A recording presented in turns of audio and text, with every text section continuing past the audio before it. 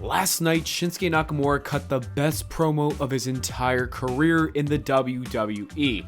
After having a lackluster promo a couple weeks ago in front of a live audience, the WWE switched things up and did the opposite. They had him do a sit-down interview-like style promo where he spoke Japanese, and they even added subtitles. He proceeded to cut the best promo of his WWE career to the point where you can make the argument and say that he should defeat Seth Rollins and become the world's heavyweight champion. It's wild to see that it took WWE all these years to figure out how to use Shinsuke Nakamura. Like, really, you couldn't figure this out before?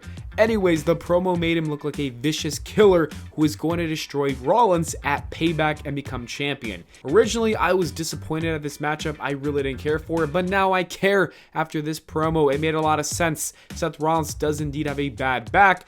Nakamura knows that, and he's going to do everything in his power to damage it even more in order to win the belt. It's very logical stuff. I like it.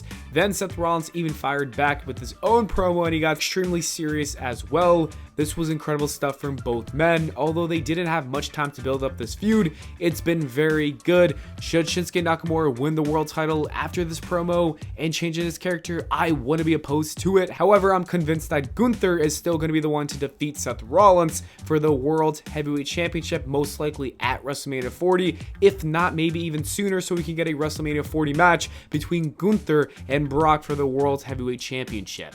Anyways, let's talk about the rest of Raw. It started off with a good Sami Zayn promo, clearly working the crowd as the fan favorite, and the Judgment Day, none other than the Judgment Day, they came out, and then Kevin Owens also made a grand return. The crowd was loving this, and I was too, but the only problem I have with it is that we've seen this segment play out for months now. It is getting a little repetitive, I'm not gonna lie to you. While it's working with the crowds and they're still eating it up, it is boring for the consistent viewer like myself. It even led to the main event of the show like most of these opening Judgment Day segments do. Anyways, Drew McIntyre and Matt Riddle wrestled the New Day, and this was also entertaining. Both teams worked really well with the crowd. When a crowd is hot, it's entertaining to watch from home. I don't know why, it's just something about it. It really works. When they're dead, you really don't care. It really helps the show tremendously is what I'm trying to say. Before we could get a hot tag to Drew McIntyre, the Viking Raiders beat him up, and I don't get the point of that. I guess this is going to lead to a gauntlet tag team #1 contenders match. That's the only guess I would make. I'm just waiting for Drew McIntyre to turn heel on Matt Riddle. Shayna Baszler then had a really good promo. The WWE has been on fire. They've been killing it with the pre-tape promos as of late, and I love the Mortal Kombat fatalities edited look that they had. It looked cool. Cody Rhodes then had a backstage interview that turned into a live interview in front of the WWE audience. The crowd was loving this. Cody Rhodes is truly a fan favorite. He knows how to hype up a crowd and get them to care about him or a certain match. I enjoyed this.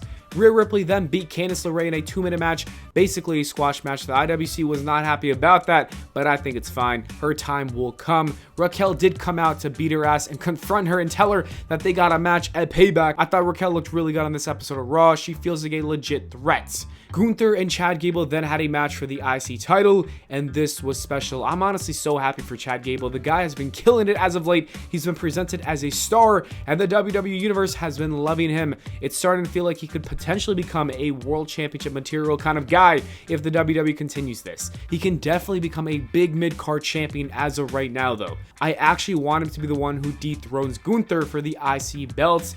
Honestly, Gable won by countout, which was the perfect way to book this and also set up a rematch for later in the same process. After that, The Miz had a funny segment with Akira Tozawa that led to a match, and after failing to focus on the match and focusing too much on LA Knight, Akira Tozawa picked up the win, pinning The Miz, and I love how The Miz is just like the biggest loser in WWE, but he still feels like a big star at the same time. Honestly, this is the perfect feud for LA Knight and the beginning of his babyface push. I still do think he should have won Money in the Bank, but that's a story for another day.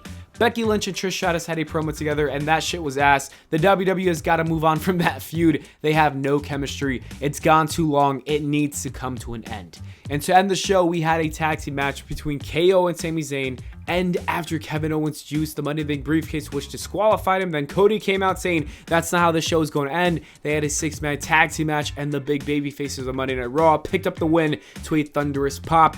This was a fun episode of Raw. I give it a solid 8 out of 10. It would be higher if it wasn't so repetitive. In other news, it was confirmed that John Cena is officially returning to WWE. Let's go. He's going to be on next week's episode of SmackDown. I cannot wait for that episode. On top of that, he's going to wrestle at a special live event in India. Hopefully, the WWE will stream that on Peacock because I want to see it.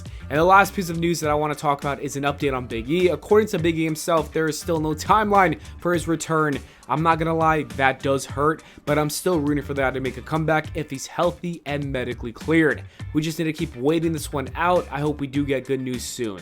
Anyways, that is it for the video, guys. Thanks for watching. I hope y'all enjoyed. Please leave a like and subscribe, and I'll see you all in the next video.